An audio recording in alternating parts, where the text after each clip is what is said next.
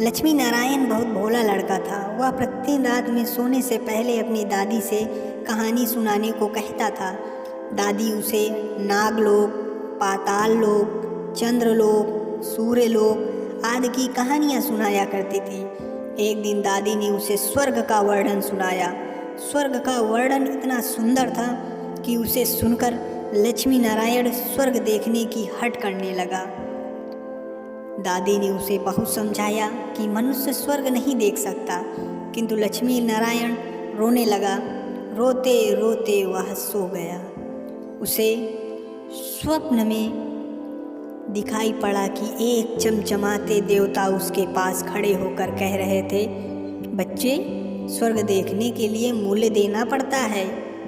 तुम सर्कस देखने जाते हो तो टिकट देते हो ना, स्वर्ग देखने के लिए भी तुम्हें उसी प्रकार रुपए देने पड़ेंगे। स्वप्न में ही लक्ष्मी नारायण सोचने लगा, मैं दादी से रुपए मांग लूँगा। लेकिन देवता ने कहा, स्वर्ग में तुम्हारे रुपए नहीं चलते हैं, यहाँ तो भलाई और पुण्य कर्मों का रुपया चलता है। अच्छा, तुम यह डिबिया अपने पास रखो। जब तुम कोई अच्छा काम करोगे तो इसमें 1 रुपये आ जाएगा, और जब कोई बुरा काम करोगे तो 1 रुपये इसमें से उड़ जाएगा। जब यह डिबिया भर जाएगी तब तुम स्वर्ग देख सकोगे। तब लक्ष्मी नारायण की नींद टूटी। उसने अपने सिरहाने सचमुच में एक डिबिया देखी। डिबिया लेकर वह बड़ा प्रसन्न हुआ। उस दिन दादी ने उसे 1 पैसे दिया। पैसे लेकर वह घर से निकला। एक रोगी भिखारी उसमें पैसे मांगने लगा। लक्ष्मी नारायण भिखारी को बिना पैसे दिए भाग जाना चाहता था। इतने में उसने अपने अध्यापक को सामने से आते देखा। उसके अध्यापक उदार लड़कों की बहुत प्रशंसा किया करते थे। उन्हें देखकर लक्ष्मी नारायण ने भिखारी को पैसे दे दिए। अध्यापक ने उसकी पीठ ठोकी और प्रशंसा की।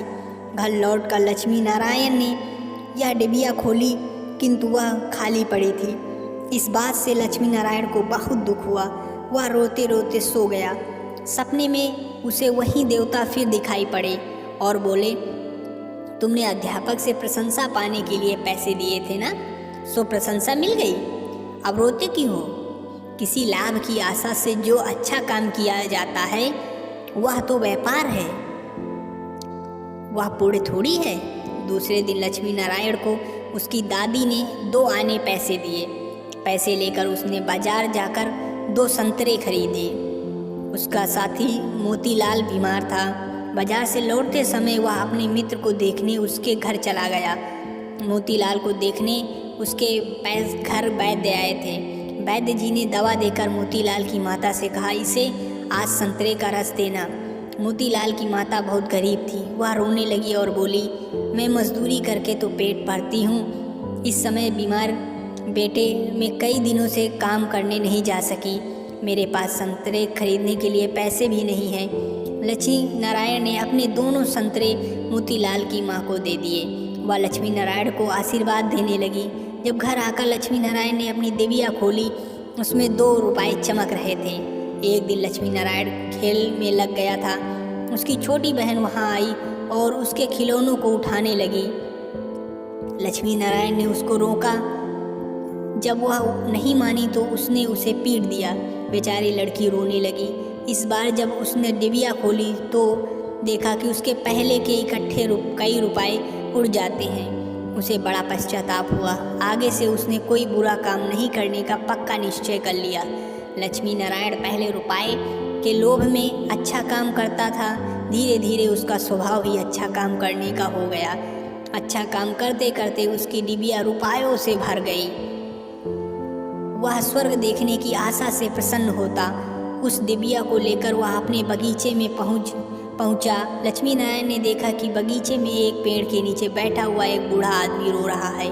वह दौड़ता हुआ साधु के पास गया और बोला, बाबा, आप क्यों रो रहे हो? साधु बोला, बेटा, जैसी डिबिया तुम्हारे हाथ में है वैसी ही एक डिबिया मेरे पास भी थी। बहुत दिन पहले करके मैंने उसे रुपयों से भरा था। बड़ी आशा थी कि उसके रुपयों से स्वर्ग देखूंगा, किंतु आज गंगा जी में स्नान करते वक्त वो पानी में गिर गई है। लक्ष्मी नारायण ने कहा, बाबा आप रो मत, मेरी डिबिया भी भरी हुई है, आप इसे ले लो। साधु बोला, तुमने इसे बड़े परिश्रम से भरा है, तुम्हें देने में दुख होगा। लक्ष्मी नारायण ने कहा, मुझे दुख नहीं होगा बाबा, मैं तो लड़का हूँ, मुझे अभी पता नहीं कितने दिन जीना है, मैं तो ऐसी कई डिबिया इकट्ठा कर सकता हूँ। आप अब दूसरी डिबिया पता नहीं भर पाओगे या नहीं, मेरी डिबिया ले लीजिए। साधु ने डिबिया लेकर लक्ष्मी नारायण के नेत्रों को पर हाथ फेर दिया। लक्ष्मी नारायण के नेत्र बंद हो गए, उसे स्वर्ग दिखाई पड़ने लगा। ऐसा सुंदर स्वर्ग कि दादी जी ने स्वर्ग का वर्णन किया था, वो स्वर्ग के एक कोने का ठीक वर्णन नहीं था। जब लक्ष्मी नारायण ने नेत्र खोला तो साधु बदल गया और स्वप्न दिखाई पड़ने वाला वही देवता उसके सामने प्रत्यक्ष खड़ा था। देवता ने कहा, बेटा, जो लोग अच्छे काम करते हैं स्वर्ग उनका घर बन जाता है। तुम इसी प्रकार जीवन में भलाई करते रहोगे तो अंत में स्वर्ग में पहुंच जाओगे। देवता इतना कहकर ही अदृश्य हो गए। कहानी की शिक्षा, मनुष्य जैसे काम करता है वैसे उसका स्वभाव हो जाता है। जैसे बुरे काम करता है उसका स्वभाव बुरा हो जाता है, उसे फिर बुरा काम करने में ही आनंद आता है। जो अच्छा काम करता है उसका स्वभाव अच्छा हो जाता है, उसे बुरा काम करने की बात भी बहुत बुरी लगती है। स्वर्ग आपके कर्म है, आप उसकी पूजा, उसका ध्यान करो, उनका मनन करो, हमेशा खुश रहोगे, हमेशा खुश रहोगे। वीडियो को लाइक, शेयर, सब्सक्राइब कर दें ताकि ऐसी अच्छी अच्छी कहानियाँ आपको मिलती रहें। वीडियो देखने के लिए धन्यवाद।